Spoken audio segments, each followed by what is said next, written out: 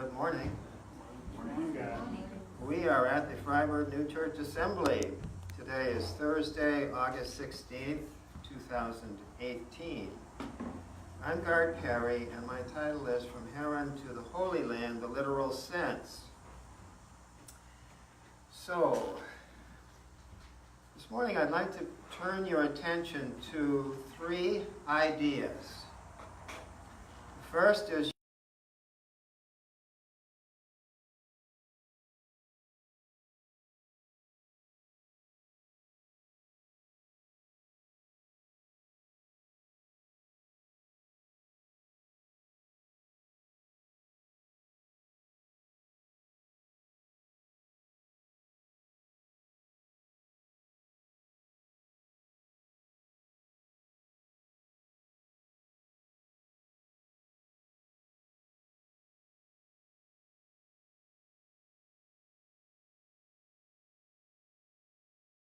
of these ideas hidden within the literal sense.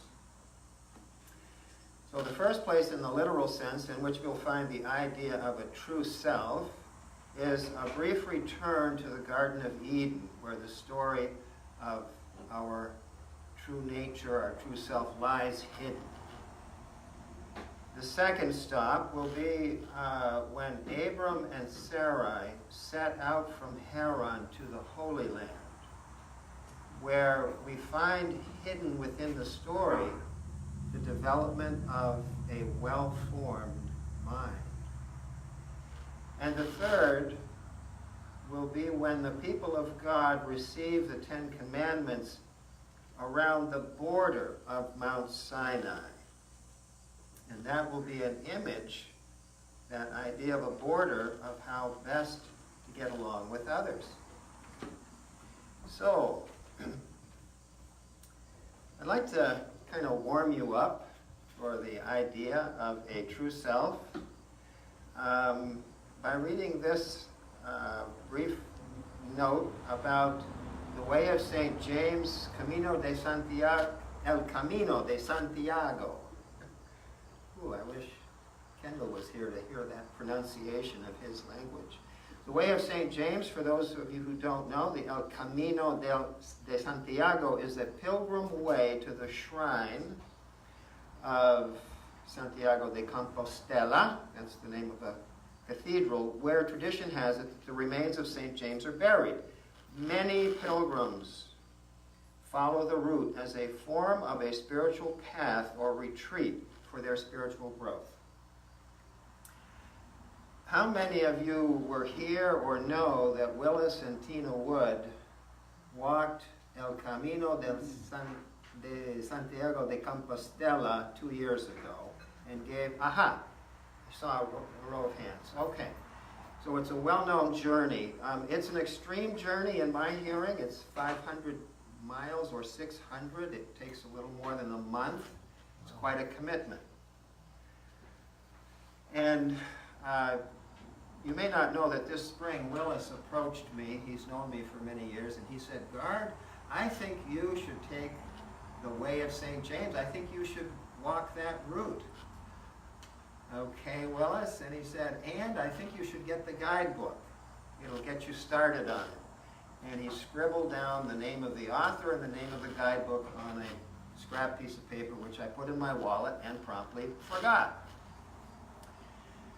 Fortunately, I think, 3 or 4 weeks before the assembly, I was thumbing through my wallet, getting rid of scraps of paper, where I found Willis's handwriting and could barely read the name of the guidebook, which is it's the title of the route and the author, and I ordered it.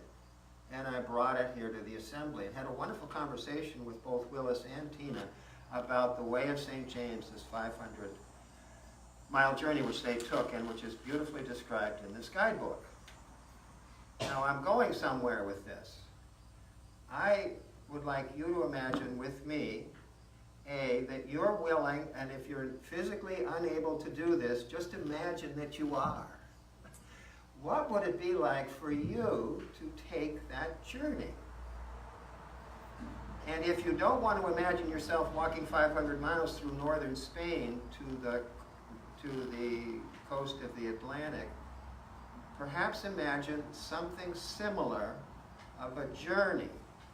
And I'm going to read the words that the author in that guidebook presents as, in this case, his view, John Brierley, his view of how to prepare for such a journey and to make it a spiritual journey.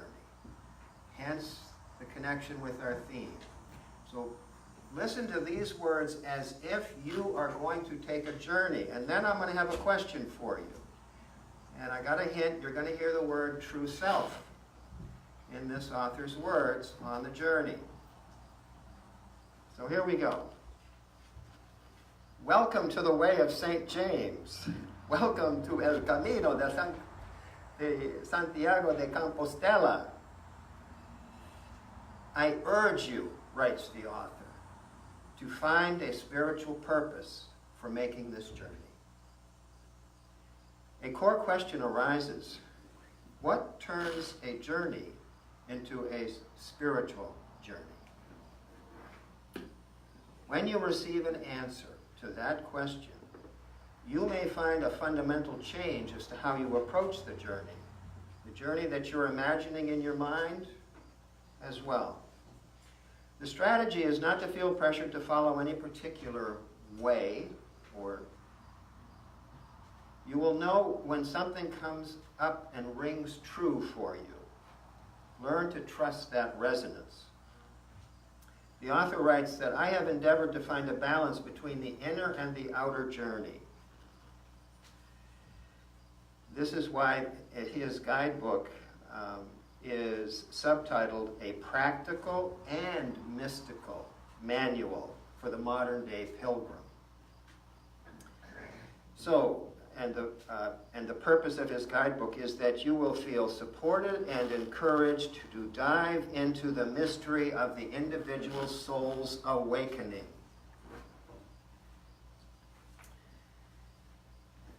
And without this goal, all journeys are essentially purposeless. Above all, and with this as your focus of attention, you might meet your true self and find that you are never alone. And that is surely a primary purpose of the journey and perhaps of life itself. Okay, now if you're with me so far, I need to ask you to kind of come back, and you're going to hear this question: what for you is a true self? It could be your feeling about your true self. If not, you could imagine what would a true self that you could meet within yourself be like. And I need to hear your answer to that. So the way this has to happen at the moment is, I think more than 2 people is required, so this isn't just your neighbor.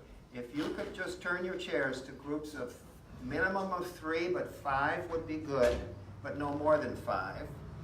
3, 4, or 5. Just turn to your neighbors. I forgot one thing. Think about this first. What is your true self, or what are the characteristics of a true self?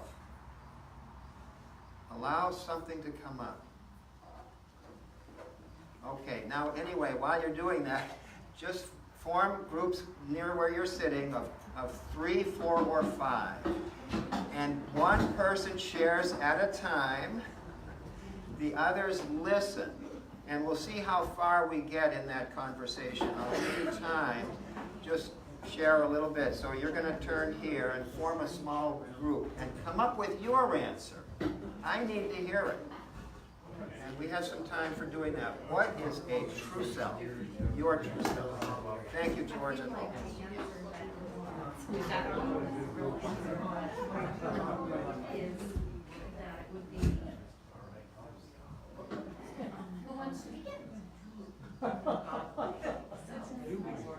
Just allow it.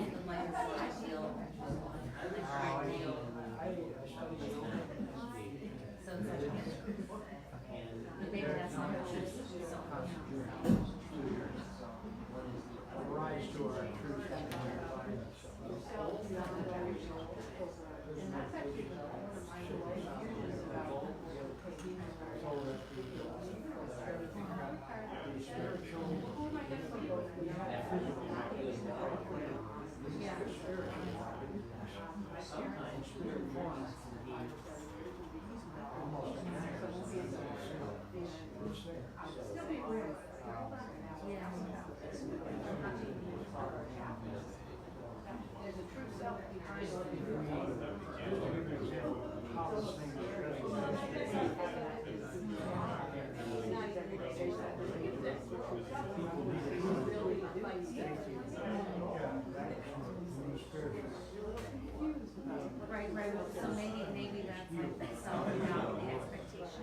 because of its physical body is not here.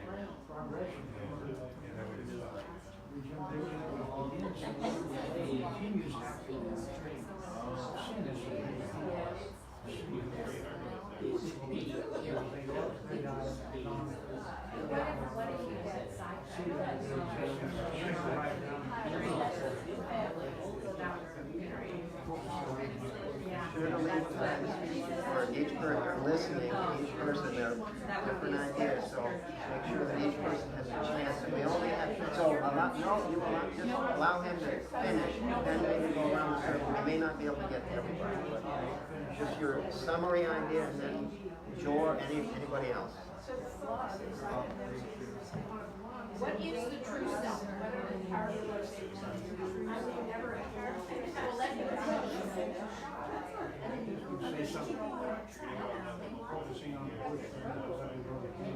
Finding right is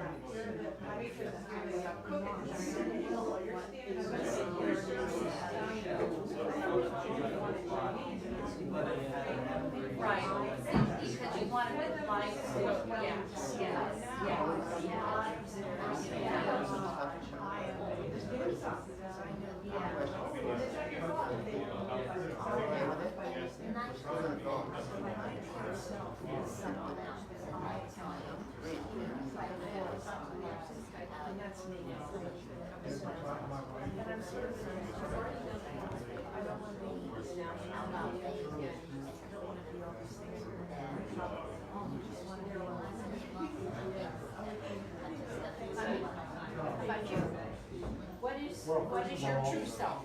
First of all, my true self is not No, one hug.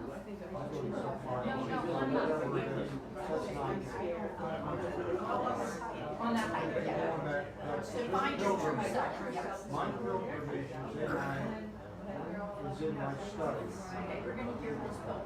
My pilgrimage is in my study. Every day, read the word. And try to find something cool.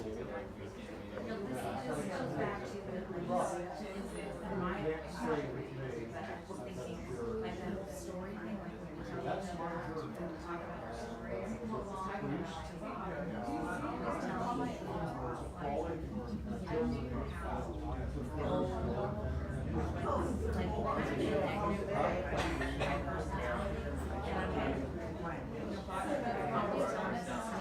My training at some point, and it should be looking, you know, every once in a while, because they keep telling me who I am. I think it's my history, that I'm doing the right thing. You know, it's just awesome to hang on to that version of yourself that hides maybe our truth when I'm at my best.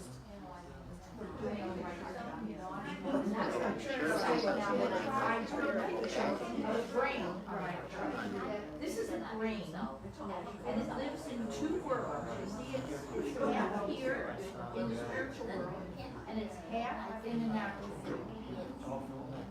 And so if you're trying to find it's from all the brain, the whole, the head, and if I can eliminate that I'm a being like me to live in both worlds, spiritual world, so it makes me see how you're feeling about I'll lift myself up each day to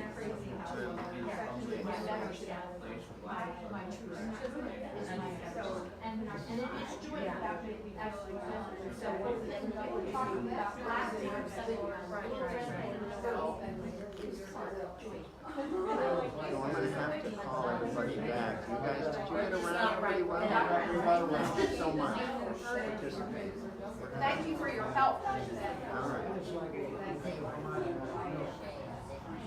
Well, we're going to have to bring ourselves. If you just turn your, allow the person who's speaking, don't move too far, okay? Stay roughly where you are. And finally, actually go Stay roughly where you are. This is It's fun to listen to each other. We learn a lot from each other, and there are people who are still learning. They're still talking. They don't know that anybody else is talking. They're trying to bring their We bring our attention back to the front of the room. So if you could just turn your chair where you are. Yep, stay Please roughly turn where you towards are. Gard and give him your attention. Thank you. Thank you very much. We're going to have to hear just a little bit of a report about that. And first of all, how close to the question were you in the context of a journey? The core question was, what makes a journey spiritual? And this gentleman's answer was, if you turn it into a quest of discovery of your true self. And my question is, what is your idea of a true self, either in the abstract or your own true self? So you all were in small groups, you heard each other speak, and if you, I'm going to take some hands to see how, oh, by the way, afterward, I'm going to read what I found in Swedenborg about his idea in the writings of a true self. And let's see how close we come, how they compare. They don't have to be the same, by the way. So a hand as to what you came up with in your room, speaking presumably for yourself in the context. Hang, yeah, right. Okay. We'll let Lois go first. Okay.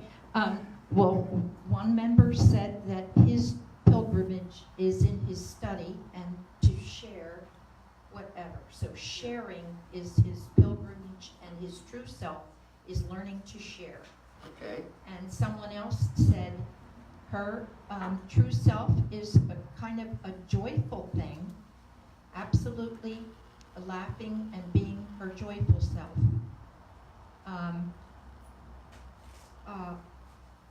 And I said my true self was to be my better self, because I live in two worlds, a spiritual world and a natural world at the same time, and my true self is when I'm being useful. Okay, What thank about you. Sandy? I got caught up in, he was telling about a president or something, Okay. but President's wife. All right. a so- president's wife, and I didn't see how it related, so I'll let him do it. All right. May I explain? Or, yeah. Very briefly, I'm going to look for some other hands. The idea is speak probably for yourself. I've You been, don't need reports necessarily. I've been cultivated in the science of attaining the true spiritual self before I even came into the Swedenborg. But I understand what this is. And what I shared in the group was, as we are approaching immortality, we are cultivating our regeneration, which begins in late life, recalls the, there's a word there, and goes into immortality. So it increases beyond the threshold of mortality, goes into immortality. All right. Cultivating mortality as it transforms into immortality. Okay, well, we're just trying to hear what came up for you, this notion of true self, because this really is the substance.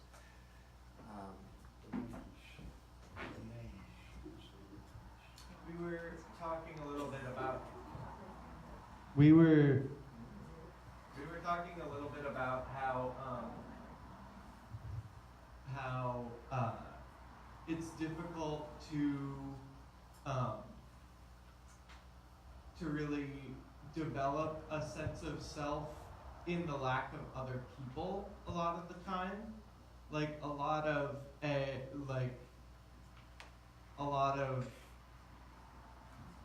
development of yourself is based on how you interact with other people and how you present yourself to other people.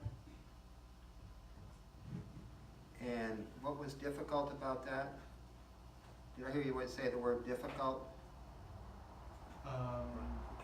Like it's difficult to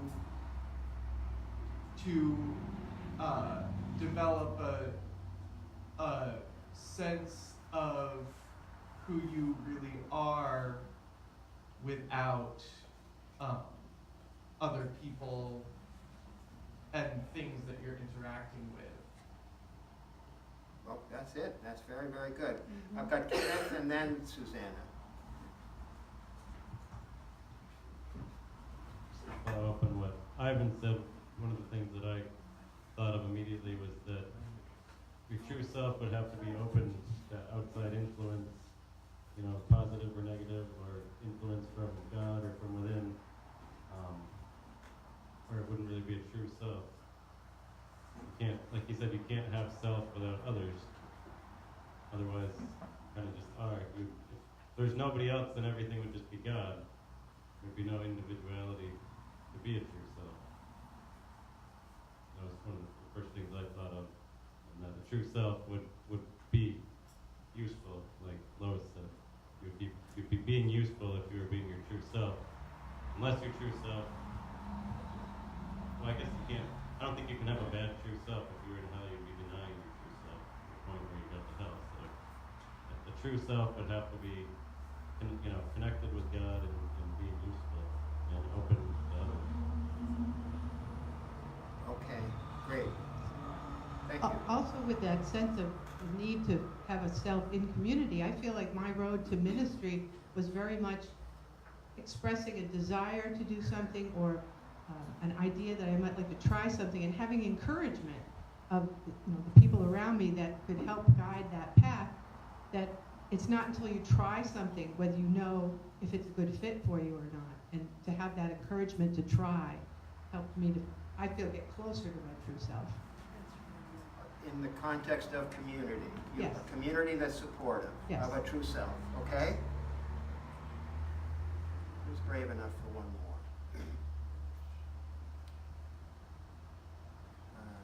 Laura.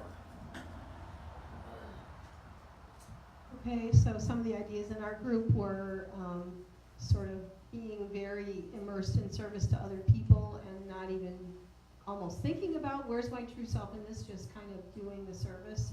Another was what are our sort of underlying loves, and then also what are the choices that come out of those that kind of reflect our true self.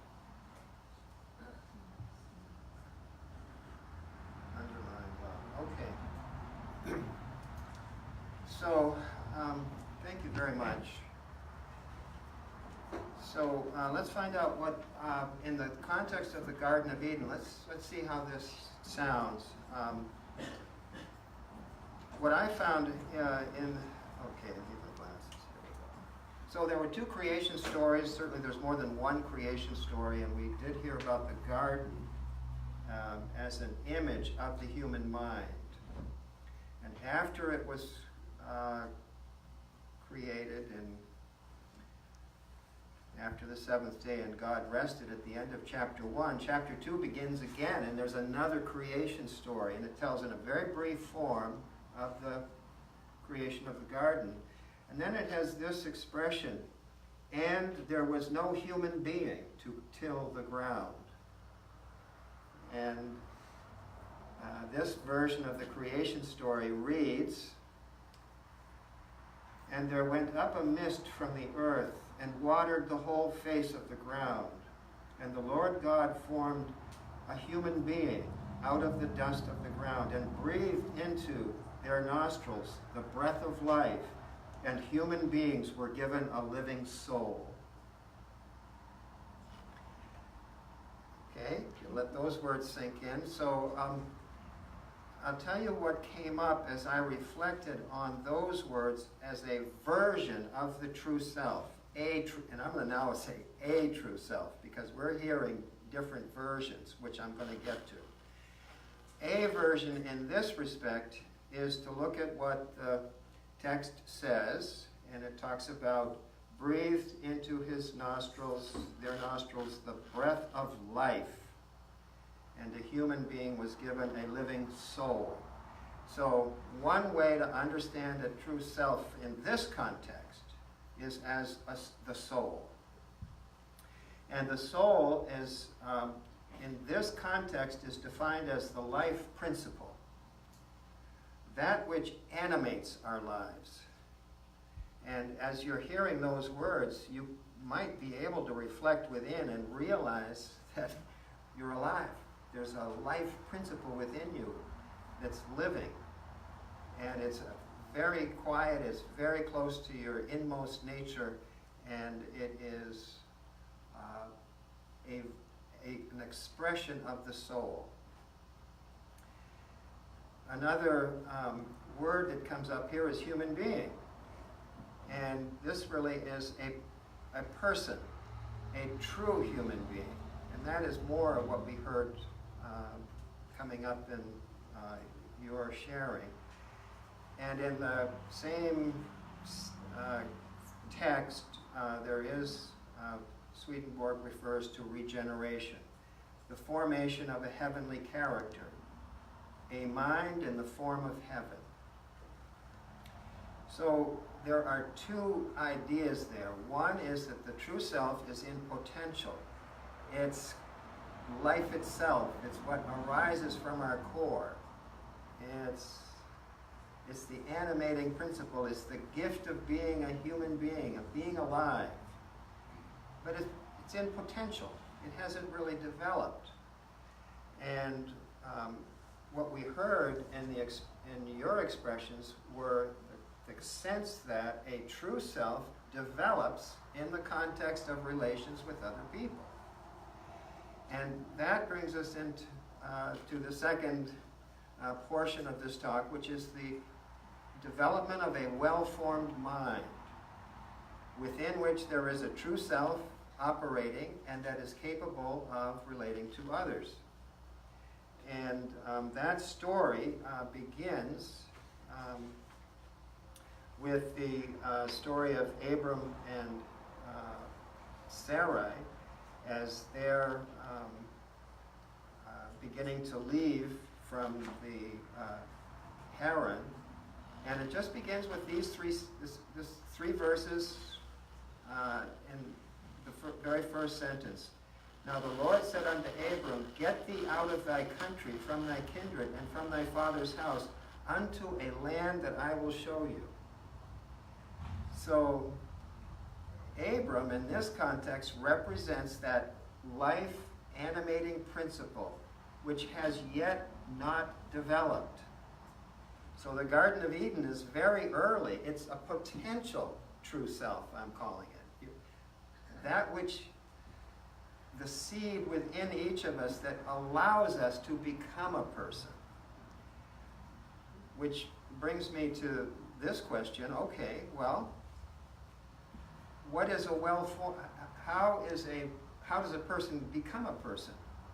In a Swedenborgian context, well, one way to understand that is to follow what we find in the writings of the internal sense of this journey, is to develop a well-formed mind. So, how many people think they understand what would come, how Abram's journey, beginning from Haran and going through the patriarchs, all the way to Egypt, but not including Egypt, is the story of a well-formed mind. All right, so I'm going to ask you that question. Think about it silently for just a moment. How is that journey from Abram and Sarai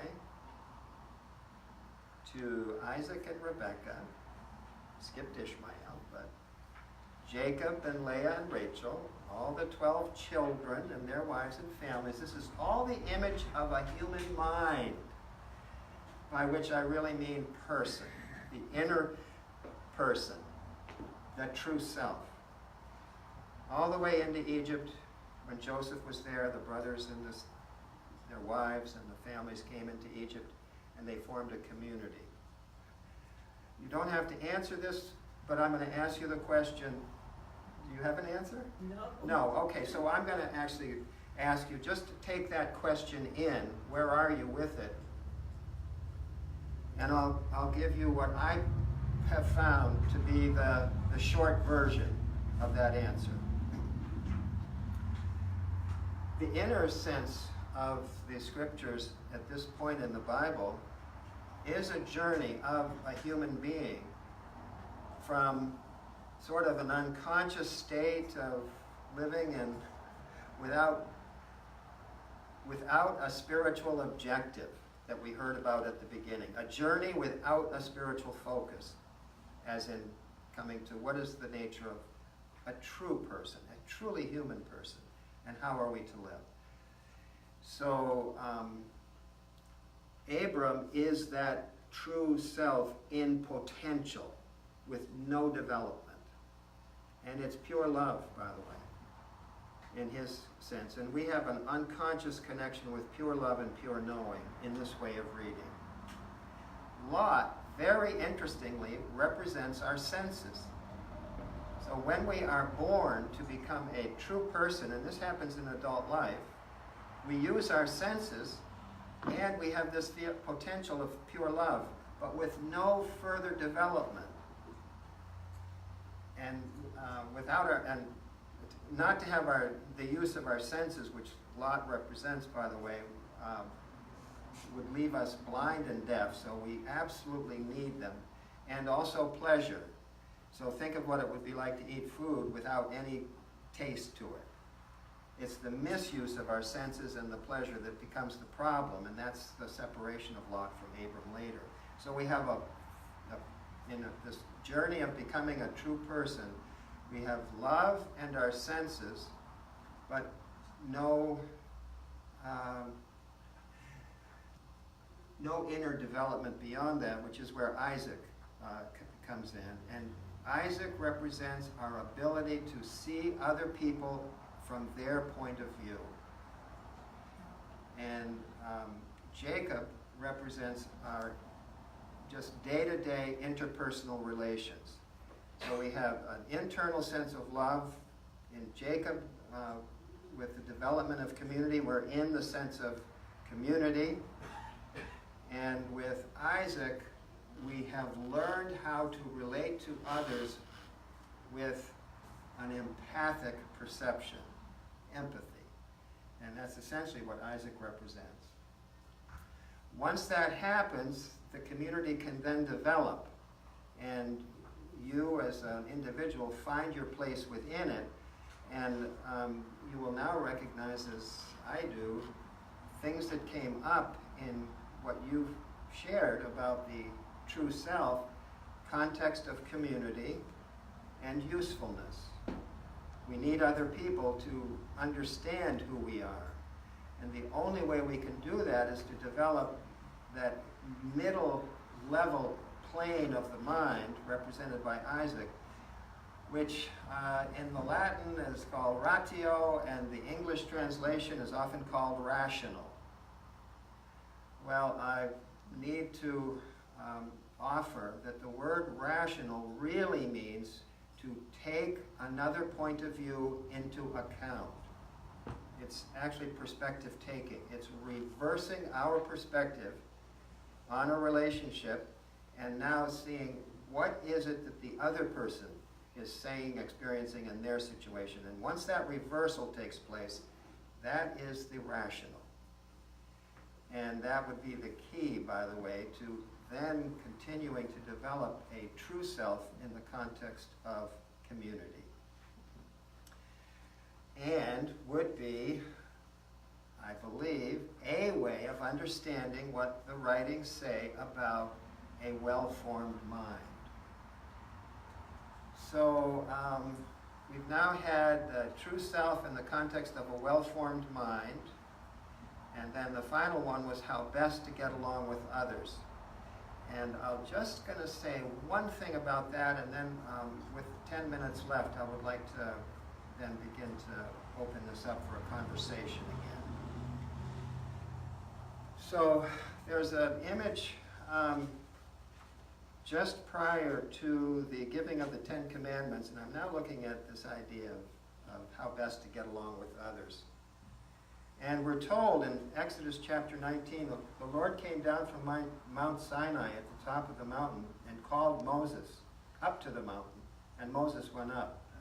And here's what the Lord said to Moses. Tell the people, this is the King James Version, charge the people lest they break through unto the Lord and gaze, and many of them perish. Tell the people that they cannot come up to Mount Sinai. Charge them, saying, set a boundary around the mountain and sanctify it. Set a boundary around the mountain and sanctify it. So the question about how best to get along with others has to do with this notion of a boundary beyond which we ought not cross. And with that, I would ask you, what comes up when you hear the word healthy boundaries? Say that again. What comes up when you hear the phrase healthy boundaries?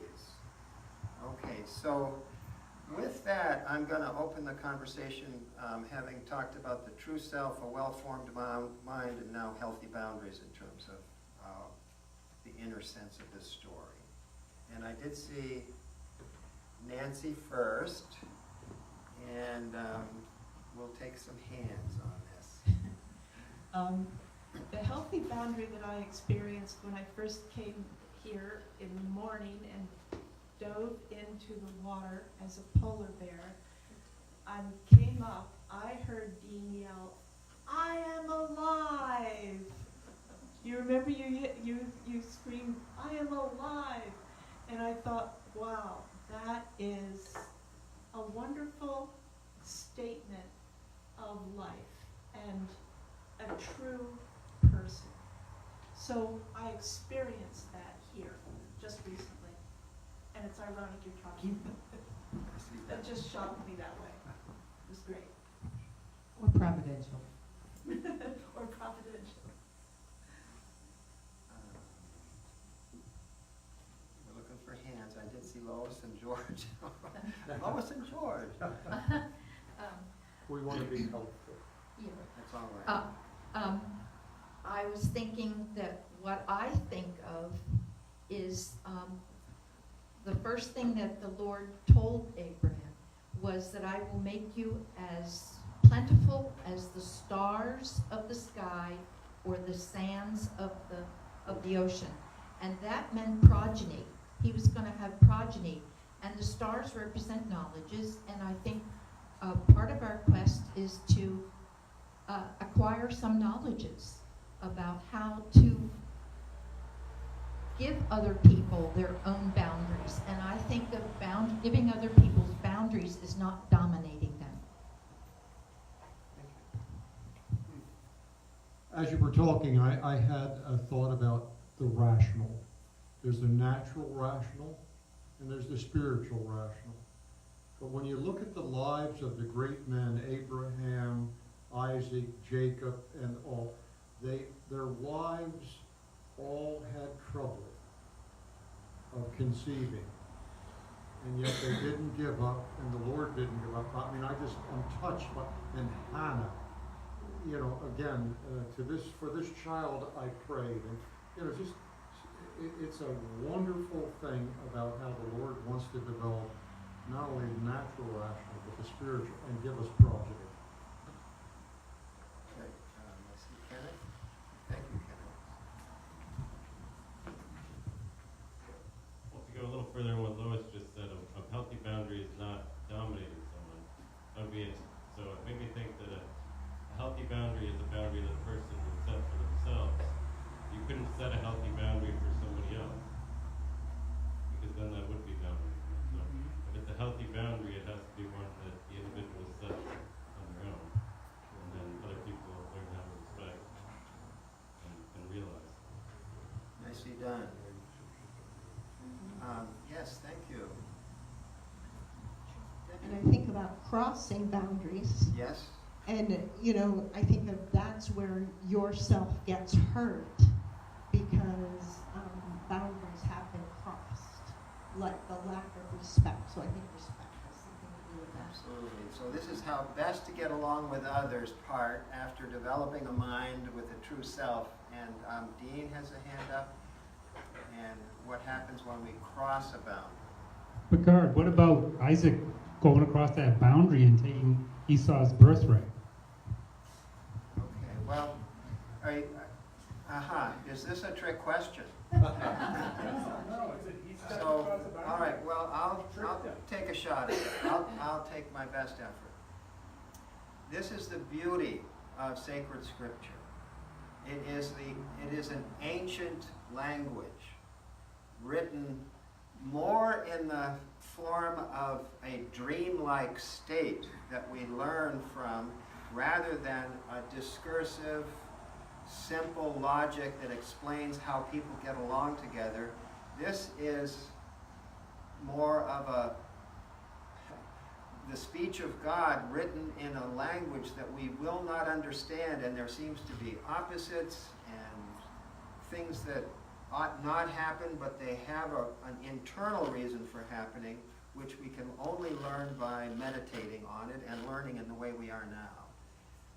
So, boy, I see a few hands. Rachel, and then Susanna first, and then Rachel. I'd like to just directly respond to Yes. that, because what I was going to share is one thing about boundaries is sometimes when people know us really well, they might challenge our boundaries.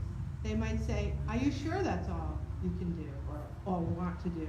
And not challenge them in a way of trying to intrude upon them, but to challenge the person to think about, can they grow beyond their boundaries? And I think that in that story of Jacob and Esau about the birthright, Jacob challenged the boundary and he said, Esau, you want the soup or you want the birthright? And he wanted the soup.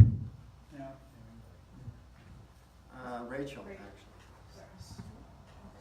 Yeah, I think I was going to push back a little on that too. Just thinking of the way we draw earthly boundaries and how maps are drawn and redrawn and countries change and gerrymandering, things like that. We redefine boundaries all the time. And I also thought of roles of being a mandated reporter and how you hold in two hands confidentiality while also realizing that sometimes you have to break that boundary for the best. There are times where you have to meditate and act in love in such that you're erring on the side of compassion and kindness, even if it feels wrong. Right. It's multiple boundaries where healthy boundaries does require a bigger view as to what is required. Yeah, to take that a little further, I have to respectfully disagree with myself and say that sometimes we do have to set healthy boundaries for others in the case of parenting, because children haven't really learned necessarily where that healthy boundary line is. So, like God does with man, sometimes you have to sort of show them where those boundaries may be. Absolutely, a parent-child. So I see that we are up to time, so with that, I'll say thank you.